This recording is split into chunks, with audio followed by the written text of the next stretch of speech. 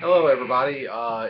It's been a while since my last vinyl update video. I've got a lot of stuff to show you. Just wanted to kind of check in and tell you that I am still around in the VC. It's been really busy with a lot of things going on.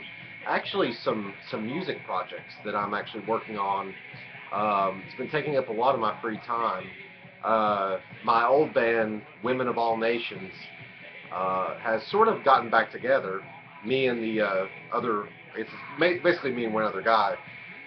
We've started writing again and patching up some of the old songs, and I think we're going to maybe release something pretty soon. So if we do, I'm going to upload all the tracks onto this channel, let you guys see what you think of it.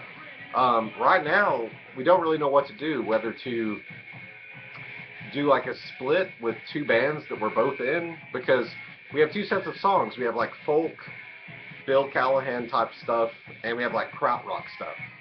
So it doesn't really fit together in one album. So maybe we'll form like a separate band and do a split release, even though it's the same people. I don't know what we're gonna do, but anyway, it's been taking up a lot of time, but it's been really good, being really creative, making music again. So anyway, but let's talk about vinyl records because I've been buying a lot. It's been a few weeks since then, but I've been watching everyone's videos, and a lot of people showing a lot of good stuff. So let's just get to it. I got a lot to show you. First thing, speaking of the VC, my man Derek Flyover, folks, this is as good as Derek says it is. It's he's been talking it up on his channel, and deservedly so. This is fantastic. I just love this album from beginning to end. I really, really like the song "Building." Uh, just Derek is just an incredible person, an incredible musician. This is definitely going to be one of my top 10 of the year. This is just phenomenal. Derek, you're a genius. Thank you for this. And this is actually a signed copy. I requested Derek to sign mine. That's how big of a nerd I am. I'm such a big fan of his. But this is really good, and the packaging is beautiful. This gets the Chad stamp of approval. Pick this up. Really, really good. Playing in the background right now, um, one of my favorite albums that I was finally able to get on vinyl, the Cramps Songs the Lord Taught Us. This is a German import. Um, I love this album. This is one of the first albums that really got me into underground music. I was friends with a guy in high school who was actually younger than me, but way, way cooler than anyone I knew. And he gave me a list of like 10 albums that I should be listening to if I wanted to get into underground music or good music, and this was on it. And it really changed my life. I love this album. Huge Cramps fan. I had the CD in high school, and I'd never been able to find this. It's not necessarily hard to find, but it's not something you see out in the wild a lot. But found a German import, and just this is my favorite Cramps album. Just absolutely love this. Love this. Great place to start if you're wanting to get into the Cramps. Another reissue. Another one of my favorite albums. Johnny Cash, American Recordings. This American just re-released at least I think the first, all six of the American recordings. I really, really love this one. They're all the American recordings are pretty good. Um, I think this is the best by far. Just Rick Rubin really caught lightning in a bottle. But just Johnny and his guitar, just the sparse arrangements. This album sounds like it could have been recorded 100 years ago, or recorded 50 years from now. The music is timeless. It's just there's something about an acoustic guitar and just great songs and Johnny's voice. Huge Johnny Cash fan. I have the American Recording Series. I don't think I'm going to buy any more of the reissues. I do like American 4, The Man Comes Around. Don't really care for 2 and 3, and 5 and 6 are kind of, bottom of the barrel top stuff for me. But again, they're all good. But I think this is the only one I plan on buying. But I do love this one. Especially, I think my favorite song in here is, well, I like all of them. I mean, it's a perfect album, but I really like Down There by the Train, the Tom Waits song Johnny does. 180 gram vinyl sounds great. This I almost screamed when I saw this in the record store. This is something that I've been wanting a long time. Probably not the hardest thing to find, but something you don't see very much. That was on my top, on my list for a long time. John Coltrane, Interstellar Space. This is just John Coltrane with Rashid Ali. Some of his last recordings, just crazy, mind-melting jazz, free jazz. Just Rashid Ali really holds his own, obviously, with Coltrane on this. It's just phenomenal. I think this is an early repressing on Impulse. Sounds great. Got this for about $10. Really good deal. This is just something that you don't see very often. And I looked for it, went to it online, and it was going for quite a bit of money. So, just sounds great. One of my favorite Coltrane albums. I really prefer later Coltrane to early Coltrane. But this it just blows my mind every time I hear it. So that was, a great day. And the same week I found this too, which is something that you don't see very often. Anything. Albert Ayler, Spirits Rejoice. This is one of the easier to find Albert Ayler, but this is my first vinyl of his. Spirits Rejoice. This is an Italian import on 180 gram vinyl. It's from 1965. A live performance, just phenomenal. Can't say enough good things. I've always been a big Albert fan, and I always wanted to find some stuff on vinyl. But again, you're looking at a lot of money usually for this. And when I saw it there, this was also $10. Just couldn't leave it there, and it's just absolutely phenomenal. The man is a genius. A couple of new LPs to show you from 2014. I've not seen this shown in the VC anywhere, and I'm a huge St. Vincent fan. Annie Clark, she's specifically my favorite guitar player. Just the way she plays guitar and her use of noise, and the way she makes her guitar sound sort of like Tom Morello made his guitar sound like a turntable. Annie Clark makes hers sound like a Moog. It's just she's just an incredible creative musician. In my opinion, I think this is her best album. A lot of people I know are liking Strange Mercy, the last one. I think this is Annie sort of finally evolved into her own sound. I think Strange Mercy was a pivotal step on the journey, but this is really where it ends. Or climaxes, at least until we see what she does next. But this is really her own voice. Just love the way she arranges music. Very beat heavy, great hooks. This is one of the top 2 or 3 albums of the year for me so far. Really loving this. This is something that another 2014 LP that a lot of people have been showing. Beck, Morning Phase, and it's getting overwhelming acclaim in the VC. My favorite Beck album is Sea Change. This is kind of weird. It is Sea Change. Beck is kind of hit or miss for me. I really like Odelay. I like some of them, but some of his albums are I just don't care for him. There's always a few songs on them I like, but Morning Phase, I think this is a beautiful album. Don't get me wrong, it really is a gorgeous album, and there's certain songs that I think sound really good, but overall, it did knock my socks off. I don't have a problem with Beck revisiting this Sea Change album, because Sea Change sound, because that is my favorite album of his. Especially, the criticism of this album are people think that Beck is phoning it in, or not really, being as experimental. If you're following Beck's career, he's getting off an incredible experimental phase in his career, where he was doing the Beck Record Club, where they were covering albums like every month. He covered a Yanni record. He covered Skip Spence. He covered Leonard Cohen. Albums in full. He's been producing albums for people. He did a 45 for Jack White's. I have it somewhere. Yeah, right here. He did a 45 for Third Man Records.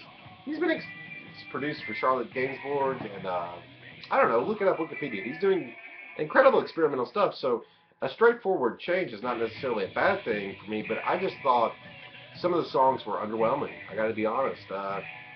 Very beautiful strings, very beautiful arrangement, but some of them just not all that memorable. When we look back on the Grand Beck catalog, I don't think this is going to be all that memorable. So, anyway. Uh, Great. Couple more. Got several more. Stick with me because there's some good stuff here. Uh, Reissue. Town Van Zandt. High, low, and in between. High, low, and in between. Really love Towns Van Zandt, and this is a limited of, I believe, 1,000. I want to say 1,500, 1,000 copies, something like that. This is on orange vinyl, 180 gram, sort of see-through orange vinyl there. Really good Towns Van Zandt album. My favorite is probably the late great Towns Van Zandt, but which they had that there on clear vinyl, which I probably should have got that one, but I was intrigued by the orange vinyl. I knew this was a great album, and but I wanted to see kind of what it looked like. And this is fantastic. Really, not a bad song on here. Towns Van Zandt. Oh, psychedelic masterpiece here. The Litter. $100 fine. Yeah, that's the name of it. This is a repress on the archive on the Get Hip label. This says to enjoy your album, play it at the loudest volume your equipment, ears, and neighbors will permit. I really love The Litter. This is from 1969, I believe. An original of this is, I think, like $800 if you get an actual original pressing. So not the easiest thing to find, but this is a great repressing. Fantastic psychedelic music. If you're into that, garage psych, great stuff. Not too familiar with The Litter's career. I don't know how many more albums they made after that. Another recent repressing, Morrissey, Your Arsenal. This is on the Sire label. This is from 1993. Great Morrissey album. There's the man there. I think this is his third record. I really prefer Viva Hates to this one. I'm not dove all that deep into Morrissey's solo career. Huge Smiths fan. I've heard the albums here and there, but this is a good one. I really like this. It's not his best, but it's good. This is a nice. Really love the song "You're the One for Me, Fatty." This is a great repressing, 180 gram. Sounds great. Gatefold there. Mr. Morrissey's band. Need to dig deeper into his solo catalog, but I saw this and thought, well, this would be a good start. And I really like this album quite a bit. Another repressing, filling in my Flaming Lips collection. I'm going to do a Flaming Lips video soon. I got a lot of Flaming Lips vinyl. I think people might like to see it. I don't have everything, but I'm filling in the gaps. This is 1993's Transmissions from the Satellite Heart. This is sort of their breakout album. They've been a band for almost over actually 10 years exactly. And this came out, and this has She Don't Use Jelly on it. So this sort of was a minor hit for them. And they're on Warner Brothers, which is really funny. I think still, maybe they're not still, but it's just amazing that they got to make as many albums as they did without a hit. It would never, ever happen today. But I like this album a lot. I prefer Clouds Taste Metallic to the sort of early Flaming Lips. At least there's like pre-Soft Bulletin, post-Soft Bulletin. And I think Clouds Taste Metallic is my favorite. But this is a very good record. Really enjoy it. And filling in that collection. And a few more folks. Jazz LP. Miles Davis, Miles in the Sky. This is wonderful. This is on Columbia. It's from 1960 something. Great lineup. Herbie Hancock, Wayne Shorter. Actually has George Benson playing on the song Paraphernalia. This is right before, I think, In a Silent Way. So he's sort of, you see the journey there. This is really, really good. Really enjoyed it. Filling in the Miles collection too. There's certain artists that I'm really collecting right now. Bowie. I'm trying to get everything. Bowie, Miles Davis, Flaming Lips, Neil Young. There's several people I'm just trying to fill in those gaps. Another great jazz LP. Archie Shepp, 4 for Train on Impulse. This is a reissue. Archie doing Coltrane songs. I thought this was a gatefold. This is early Archie Shepp. Like Coltrane, I do prefer later Archie Shepp, but saw this there. There's the man smoking his pipe right there. Gotta love that. And Archie was a worthy successor, like Albert Ayler to Coltrane. This is just a musical genius. Moving right along, gotta have some Zappa. That's another guy I'm trying to get everything Zappa. One size fits all. This is the Mothers of Invention. This is not sure what year this came out. This is a really good one. With Zappa, I like everything Zappa does. There was a quote I saw in Prog magazine. I have a Prog magazine with Zappa on the cover that said, "There's no casual Zappa fans. You either hated everything he did or loved it." I think that's very, very much true. I like pretty much everything Zappa does. Some of them I like more than others. This is one of the good ones. It's not the top five, but it's a good one. So Mothers of Invention. This I've not got a chance to listen to. I picked this up today. Tangerine Dream. Pergamon. This is live in the GDR, which is the old East German Republic. This is a live performance from 1980. This is not a Tangerine Dream I see out too much. This was $6. Looking forward to getting a chance to put this on. Just picked this up today. Picked this up today too. One of my favorite singers, and I've been looking for this record for a while. It's not all that hard to find, but it's just nothing I wanted to seek out enough to order it online. But one of my favorite singers, Julie London. Julie is her name. This is Julie's first album from Liberty Records. Just the song "Cry Me a River," just the guitar playing. It's a very, very hard song to play on the guitar. The jazz chords and just her phrasing, um, just the whole thing. I love the feel of this album, and I love Julie's voice. She just her delivery and her phrasing is just beautiful. And again, the guitar playing is just really something to hear. So I do love this album. Yeah, it's got Barney Kissel on guitar. Just low-key beautiful. Just a beautiful record. Julie London. Two more. Another guy I'm collecting filling in all the gaps. Bob Dylan. Hard Rain. I had this on CD forever. And I love this album. I don't know if Dylan's ever sounded so pissed off in a live performance. And I don't know if this is true or not. This may be complete bullshit story someone told me, but something along the lines like Dylan was clearly he already divorced his wife or was separated from his wife, because this is post Blood on the Tracks.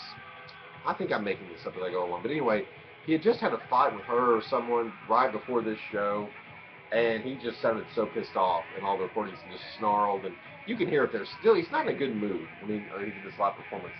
This is a great lineup. Nick Ronson, T-Bone Burnett.